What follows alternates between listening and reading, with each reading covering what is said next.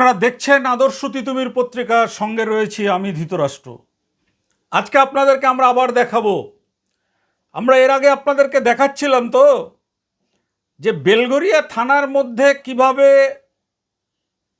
নিজেকে আইনজীবী পরিচয় দেওয়া সৌরিন পাত্র এবং একজন মহিলা এএসআই এর সঙ্গে কি লীলা চলছিল, এগুলো আমরা আপনাদেরকে দেখিয়েছিলাম।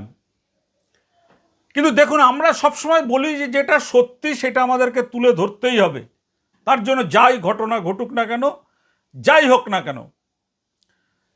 আমরা বেশ কিছুদিন ধরে লক্ষ্য করছিলাম যে বেলঘরিয়া থানার সামনে এই যে আইনজীবী পরিচয় দেওয়া ভদ্রলোক সৌরিন পাত্র, তিনি বেলঘরিয়া থানার সামনে ফিল্ডিং কাটছেন মানে কি, কখনো ওখানে দাঁড়িয়ে থাকছেন ঘন্টার পর ঘন্টা থানার সামনে, কখনো থানার মধ্যে ফল নিয়ে যাচ্ছেন, কখনো একজন সঙ্গে মহিলাকে নিয়ে যাচ্ছেন, সেই মহিলাকে রাস্তার ওপারে রেখে তিনি থানায় ঢুকছেন। এটা নিয়ে আমাদের কিছু বলার বিষয় নয়, কিন্তু আমরা যেটা আজকে আপনাদেরকে বলতে চাই, খুব মারাত্মক একটা বিষয় যে জিনিসটা চলছে, যে নিজের স্বার্থসিদ্ধির জন্য বেলঘরিয়া থানার নামে দুর্নাম করে নিজে কিভাবে ফয়দা লুটছে, শুধু ফয়দা না, কিভাবে জালিয়াতি করছেন। আমাদের ক্রাইম রিপোর্টার সুরেন্দ্র কুমার সিং একটি ঘটনা আপনাদের সামনে তুলে ধরছেন, যেটা আপনারা দেখলে আপনাদেরকে দ্বিতীয়বার আর আমাদের বলার কিছু থাকবে না। সেটা হচ্ছে যে আপনাদের সামনে আমরা একটা লিখিত অভিযোগপত্র তুলে ধরছি। যে লিখিত অভিযোগপত্রটায় এক ভদ্রমহিলার নাম দিয়ে লেখা হয়েছে যে সেই ভদ্রমহিলা, তার স্বামী তাকে সিগারেটের ছ্যাঁকা দেয়, তার স্বামী তাকে মারধর করে, নানান রকম লেখা হয়েছে, আমরা পাশে রাখছি আপনাদেরকে। এবং সেই লেখাটা কিন্তু লিখেছেন সৌরিন পাত্র।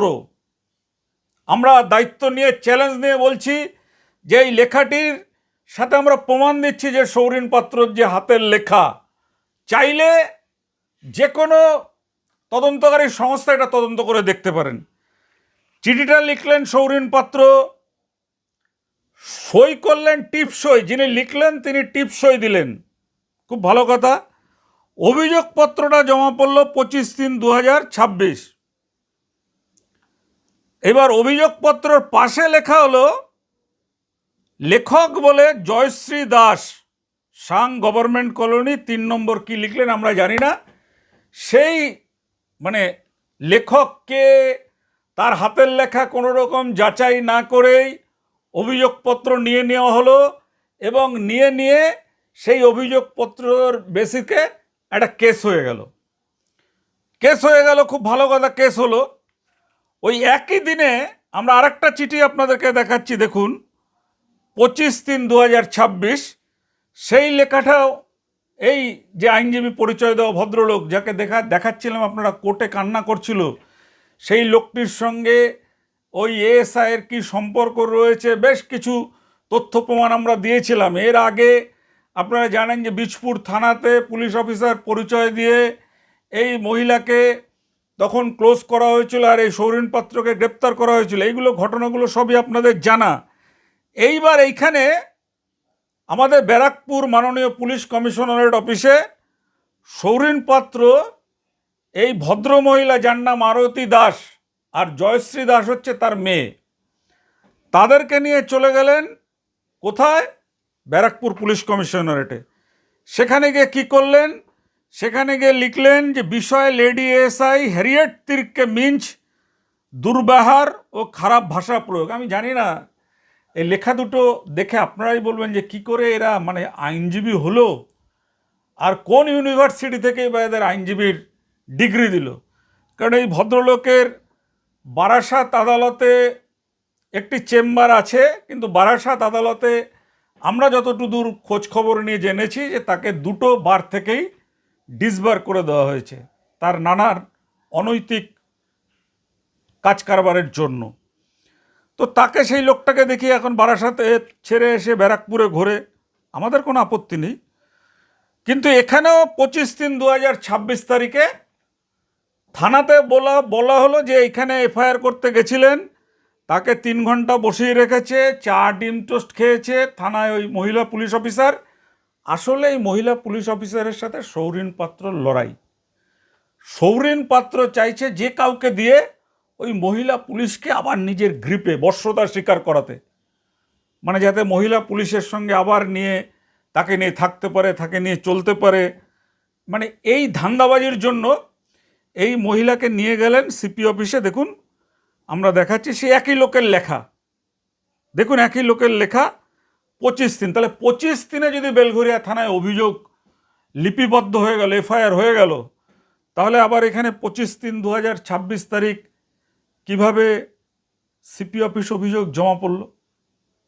এবার আপনারা জানতে চান যে এটা সৌরিন পাত্রই যে ওনাদের নিয়ে গেছিলেন তার প্রমাণ কি? আমরা সেটাই এবার আপনাদেরকে শোনাচ্ছি। সৌরিন পাত্র মানে আইনজীবীর পেশায় তো উনি করছেন, বিভিন্ন লোককে দিয়ে কেসগুলো করান। এবার উনি হয়ে গেছিলেন সাংবাদিক। ওই মহিলা যে আরতি দাস এবং তার যে মেয়ে, তাদের দুজনকে নিয়ে ওইখানে সিপি অফিসে বলছে আপনাদের উপর কে অত্যাচার করেছে, কে আপনাদের কেস নেয়নি, জেরা করছে। এবার জেরাটা বলুন, আপনি আজকে কোথায় গেছিলেন সকালবেলা? তো বেলঘরিয়া থানায় গিয়ে কি হলো? কেস হয়েছে আপনার, যে যার বিরুদ্ধে গেছিলেন কেস করতে? গেছিলাম, তার বসিয়ে রেখেছে, বসে বসে তারপরে উনি খুব খারাপ ব্যবহার করেছে, যার জন্য আমার চলে আসতে হয়েছে। কতক্ষণ বসেছিলেন? 3 ঘন্টা হবে। আপনি এখন এটা কার কাছে এসেছেন কমপ্লেন দিতে? এসেছি, তুমি ব্যারাকপুরে এসেছি। কমিশনার অফিসে এসেছেন তো আপনি কমপ্লেন দিতে? কার বিরুদ্ধে? এই আন্টির উনি কি খারাপ ব্যবহার করেছিল আপনাদের সাথে? খারাপ ব্যবহার করেছে। আচ্ছা, উনি কি অশ্লীল ভাষা কিছু প্রয়োগ করেছিল? হ্যাঁ করেছিল, খারাপ ব্যবহার, খুব বাজে বাজে ভাষায় কথা বলেছে উনি। আচ্ছা, এটা তো ওনার দেখা উচিত, উনি কেন দেখে নাই? উনি কি টেবিলে বসেছিলেন কিন্তু তবুও কমপ্লেন নেয়নি? এমনি বসেছিল, একবার চা খাচ্ছে, একটা যেদিকে যাচ্ছে, একটা ওদিকে যাচ্ছে। কিন্তু তবুও কমপ্লেন নেয়নি? কতক্ষণ বসেছিল? অনেক বসেছিল, 3 ঘন্টা আপনাদেরকেও বসিয়ে রেখেছিল? বসিয়ে রেখেছে। এখন আপনারা কি চাইছেন? যেটা যাতে সুষ্ঠু বিকাশ হয়? এইটা যদি সুস্থভাবে হয় আমার দেশটা। ঠিক আছে। এত জোরে করছে যে তার কণ্ঠস্বর আমাদের কাছে তো অনেকগুলো রয়েছে, আর এই কণ্ঠস্বর একদম সেম একই কণ্ঠস্বর, মানে ওই সৌরিন পাত্রই করছে। আচ্ছা আপনাদেরকে শোনাই, যারা সৌরিন পাত্রকে চেনেন তারা তো বুঝতেই পারবেন। আমাদের ক্রাইম রিপোর্টার সুরেন্দ্র কুমার সিং অনেক ঘুরে ঘুরে ঘুরে ঘুরে এইসব তথ্যগুলো সংগ্রহ করেছে। আমরা কিন্তু একটা কথা পরিষ্কার বলছি, যে মহিলা এসআই থানার মধ্যে সৌরিন পাত্রকে আশ্রয় দিয়ে এই ধরনের কাজকর্ম করছিল, তার জন্য দুজনেরই শাস্তি হওয়া উচিত। কিন্তু এখানে সৌরিন পাত্র এখন যে কেসটায় তিনি ধরা পড়ে যাচ্ছেন, সেই কেসটা হচ্ছে মারাত্মক কেস। যে থানার সামনে বসে থেকে ওই মহিলা এসআইয়ের কখন ডিউটি আছে ঠিক সেই সময় তিনি থানার সামনে থেকে থানায় যারা ঢুকছেন বেরিয়ে আসছেন তাদের সাথে কথা বলে তারপরে ওই মহিলা এসআইকে মিথ্যাভাবে তার বিরুদ্ধে অভিযোগ করা, মানে নিজের স্বার্থ, মানে নিজে যাতে মহিলা এসআইকে চাপ দিতে পারেন। এবার আমাদের ঘটনাটা হচ্ছে যে খুব ভালো কথা, এই মহিলা আরতি দাসের অ্যাডভোকেট, সেই আরতি দাসের অ্যাডভোকেট হয়ে এফআইআর করালেন, সিপি অফিসে অভিযোগ করালেন, করিয়ে এইবার ওই আরতি দাসকে এইবারে ঝেড়ে ফেলে দিলেন। ফেলে দিয়ে তার থেকে যা যা করণীয় ছিল সেইগুলো করলেন। করার পরে এইবার চলে গেলেন তার হাজব্যান্ডের কাছে। হাজব্যান্ডের কাছে গিয়ে বললেন যে আপনার বিরুদ্ধে এই হয়েছে ওই হয়েছে, আপনাকে কোর্ট থেকে জামিন নিতে হবে। খুব ভালো কথা। কোর্টে জামিন করাতে গেলেন যেদিন 31 তারিখ, সেদিন ছিল এই সৌরিন পাত্রের মায়ের বাৎসরিক কাজ। তিনি নিজে সেখানে কোর্টে উপস্থিত না হয়ে কোর্টের অন্য কোনো আইনজীবী দিয়ে তার স্বামীকে সেখান থেকে জামিন করালেন। জামিন করিয়ে তার থেকে 7,000 টাকা নিলেন। এবার 7 কেন, তিনি 70,000 টাকাও নিতে পারেন। আমাদের প্রশ্ন হচ্ছে যে একটা মিথ্যা, একজন এফআইআর লিখলেন না, নিজে এফআইআর লিখে অন্যের নাম দিয়ে এফআইআর রেজিস্টার করানো, এটা কিন্তু খুব মারাত্মক ধরনের অপরাধ। এর আগে বহু বছর আগে আপনাদেরকে আমরা দেখিয়েছিলাম ঘোলা থানাতেও একই ঘটনা ঘটছিল। এইবার যে লোকটা এখানে অভিযোগপত্রটা লেখালেন তার হাতের লেখায় তিনি নাম লিখে দিলেন ওই আরতি দাসের মেয়ের নাম। তার মেয়ে কিন্তু অভিযোগপত্র লেখেনি, তার মাই বলছে। আমরা আপনাদেরকে সেই কথাটাও আপনাদেরকে শোনাবো, তাদের কথাটা। ঠিক আছে, তাদের কথাটা শুনলে আপনারা একদম পরিষ্কার হয়ে যাবেন। এবার আচ্ছা, আগে শুনে নিন ওই মহিলার সাথে যে আমরা ফোনে কথা বলেছিলাম, তার সঙ্গে কথাটা শুনে নিন। হ্যাঁ, আচ্ছা, বলছি যে জয়শ্রী সরকার কার নাম? জয়শ্রী হলো আমার মেয়ের নাম। মেয়ের নাম? হ্যাঁ আচ্ছা, থানায় যে চিঠিটা লিখেছিলেন হ্যাঁ। ওটা তো সৌরিন পাত্রই লিখে দিয়েছিল না আপনারা লিখেছিলেন? না, আমি লিখতে পারিনি, আমি ওকে বলেছিলাম লিখতে, ও লিখে দিয়েছে। আচ্ছা, তো পাশে আপনার মেয়ের নাম কেন দিয়েছে, জয়শ্রী সরকারের নামটা? তো ওর নাম তো দেবে না, আমি তো বললাম আমার নাম দিতে। না না, আরতি দাস। লেখক হিসাবে জয়শ্রী সরকারের নাম দিয়েছে কেন? কি বলবো বলুন তো, আমি তো আমার নাম দিতে বলেছি, তা আমি তো জানি না, তাই না? আপনি তো টিপসই করেন, আপনি তো লেখাপড়া জানেন না। না, আর মেয়েও তো লিখতে পারে না, ও এমনি ওর নাম লিখতে পারে। কিন্তু বাংলা হ্যাঁ, আরো চিঠি লিখতে পারে না তো। না না। আচ্ছা, আপনি যে আপনাদের নামে যে থানাতে যে চিঠিটা দিয়েছিল এটা সৌরিন পাত্র লিখে দিয়েছে, তাই তো? হ্যাঁ হ্যাঁ হ্যাঁ, আর কমিশনার অফিসে ওই উনিই করেছে।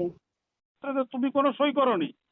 না না, আমি সই করিনি, মামুনি টিপ সই দিয়েছে, পড়াশোনা জানে না আর তো তাই। ওইখানে লেখক হিসাবে তোমার নাম লিখে দিয়েছে?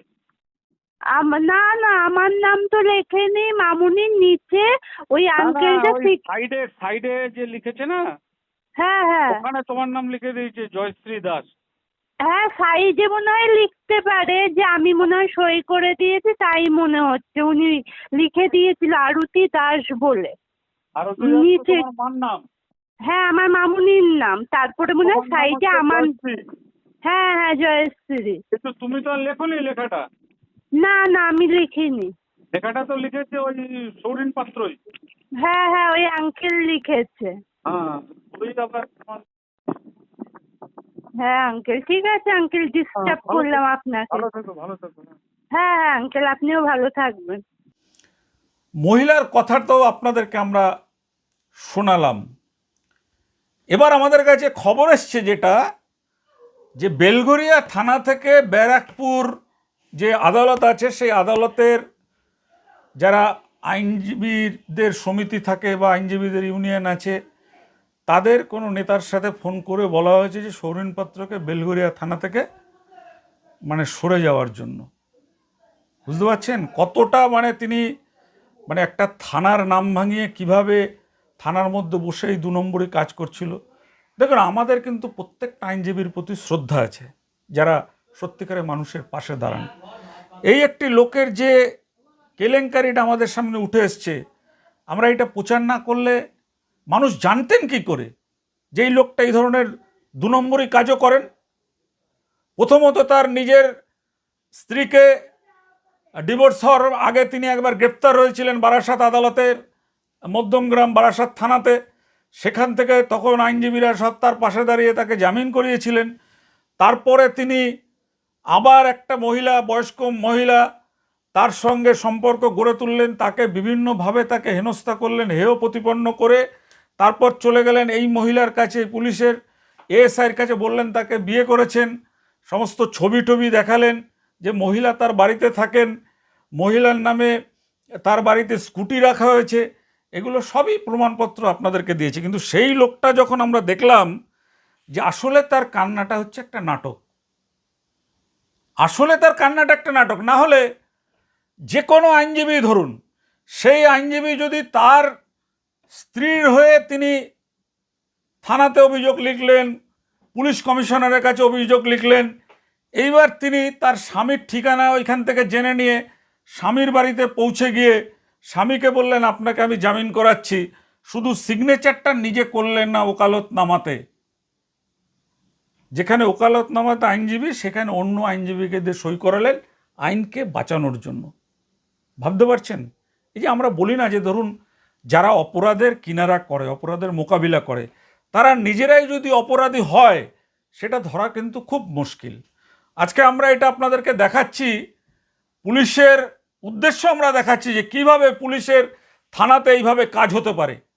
যে অভিযোগপত্র সৌরিন পাত্রের হাতের লেখা, সেখানে লেখক হিসাবে কিভাবে অন্য লোকের নাম দেওয়া হলো? কেন পুলিশ সেটাকে তদন্ত করলেন না? 1 নম্বর। 2 নম্বর, সিপি অফিসে যে অভিযোগ করা হলো মহিলারকে নিয়ে গিয়ে সেখানে 25 তারিখে বেলগড়িয়া থানা এফআইআর নেওয়ার পরে 25 তারিখেই কিভাবে সিপির কাছে গিয়ে ওই অভিযোগ জমা পড়লো যে আমার সঙ্গে খারাপ ব্যবহার করেছে, অভিযোগপত্র নেয়নি, আমাকে গালাগাল খিস্তি করা হয়েছে। ওখানে সিসিটিভি আছে, সিসিটিভির ফুটেজ দেখা হোক। আমরা কিন্তু এই সবটাই বলছি জনগণের স্বার্থে। আইনজীবী হতে পারেন, থানায় যেতে পারেন, আদালতে যেতে পারেন, যেখানে খুশি তিনি যেতে পারেন, কিন্তু এই যে কাজগুলো যেটা করেছেন সেগুলো কি ঠিক? কি বলেন আপনারা? আমরা তো তুলে ধরছি আপনাদের জন্য, কারণ ব্যারাকপুর আদালতে এমন এমন আইনজীবী আছে যাদেরকে আমরা কুর্নিশ করি, যাদেরকে আমরা স্যালুট করি। তারা মানুষের জন্য লড়ছেন, মানুষের হয়ে কাজ করছেন, কিন্তু এই ধরনের ফেরেববাজি যারা করছেন তাদের ব্যাপারে কে কথা বলবে? বিড়ালের গলায় ঘণ্টাটা বাঁধবে কে? আজকে বিড়ালের গলায় ঘণ্টাটা বেঁধে দিলেন আদর্শ তিতুমির পত্রিকার ক্রাইম রিপোর্টার সুরেন্দ্র কুমার সিং। আপনারা যদি মনে করেন হ্যাঁ এটা অন্যায়, এর প্রতিবাদ হওয়া দরকার, সর্বস্তরের আইনজীবীরা তো এটাকে শেয়ার করবেনই, সাধারণ মানুষও শেয়ার করবেন, থানার মধ্যে যাতে এই ধরনের ঘুঘরু ভাষা তৈরি না হতে পারে। দেখুন সেই খবর।